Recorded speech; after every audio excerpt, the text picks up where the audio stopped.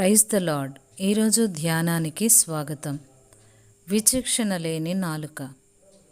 సామెతలు 2:11 బుద్ధి నిన్ను కాపాడును, వివేచన నీకు కావలి కాయును. సమస్త భూమిని నాశనం చేసిన జలప్రళయం తరువాత నోవహు ఒక ద్రాక్ష తోట వేశాడు. ఒకరోజు అతడు బయలు వెళ్ళి విపరీతంగా మద్యం సేవించాడు.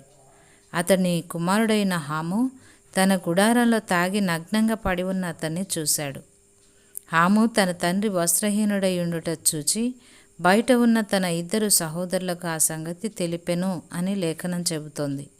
హాము కంటే వివేకంతో వ్యవహరించిన అతని సహోదరులు తమ తండ్రిని నేరుగా చూడక ఒక వస్త్రం తీసుకొని వెనుకకు నడుచుకుంటూ వెళ్ళి ఆ వస్త్రాన్ని గుడారంలో ఉన్న తమ తండ్రి మీద కప్పారు. వారు చూపిన వివేకం వారి పరిపక్వతకు గుర్తు. విచక్షణ గల వ్యక్తి తన మాటలోనూ వైఖరిలోనూ వివేకాన్ని కనపరచి జ్ఞానయుక్తంగా తను నియంత్రించుకొని ఎల్లప్పుడూ సత్ఫలితాలనే పొందుతాడు. విచక్షణ రాహిత్యానికి మూల్యం చెల్లించాలి. కొన్ని అంశాల్ని చర్చించడానికి పరిమితులుంటాయి.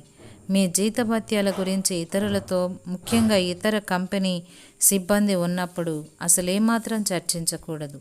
మీ లైంగిక జీవితాన్ని కూడా కౌన్సిలర్ కాని ఇతరులతో చర్చించకూడదు. తన విచక్షణ రాహిత్యానికి హాము భారీ మూల్యమే చెల్లించాల్సి వచ్చింది. నోవాహుకు మెలకువ వచ్చినప్పుడు తన అవమానాన్ని గుర్తించి హాము ప్రవర్తించిన తీరుకు ఎంతో నొచ్చుకున్నాడు. కాగా అతని వారసులు దాసులవుతారని నోవహు అతన్ని శపించాడు. మీరెప్పుడైనా ఒక నాయకుని లేక ప్రముఖ వ్యక్తి గురించి మీకు తెలిసిన సంగతిని మరుగు చేయలేక ఇతరులకు చెప్పారా?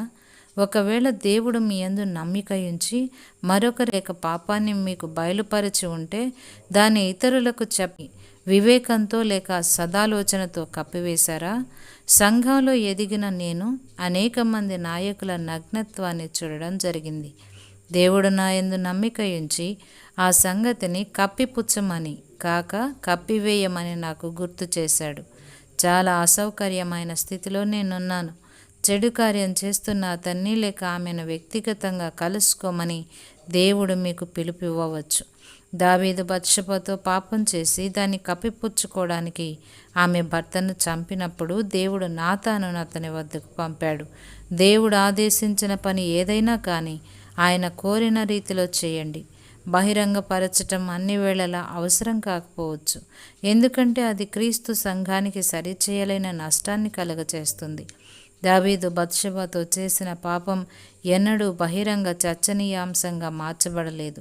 అయినప్పటికీ దావీదు తన కుటుంబంలోనూ తన జీవితంలోని ఇతర పరిస్థితుల్లోనూ దాని పర్యవసానాలను అనుభవించాడు. నాయకునికి శిక్ష విధించటం దేవుని పని.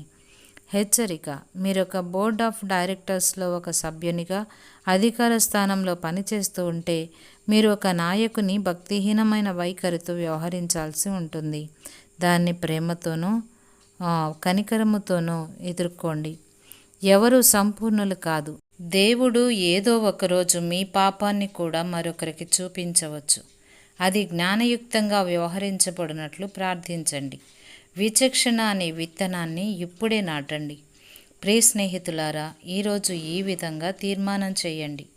నా విచక్షణ నన్ను సంరక్షిస్తుంది. నా వివేకం నాకు కాపుదల ఇస్తుంది.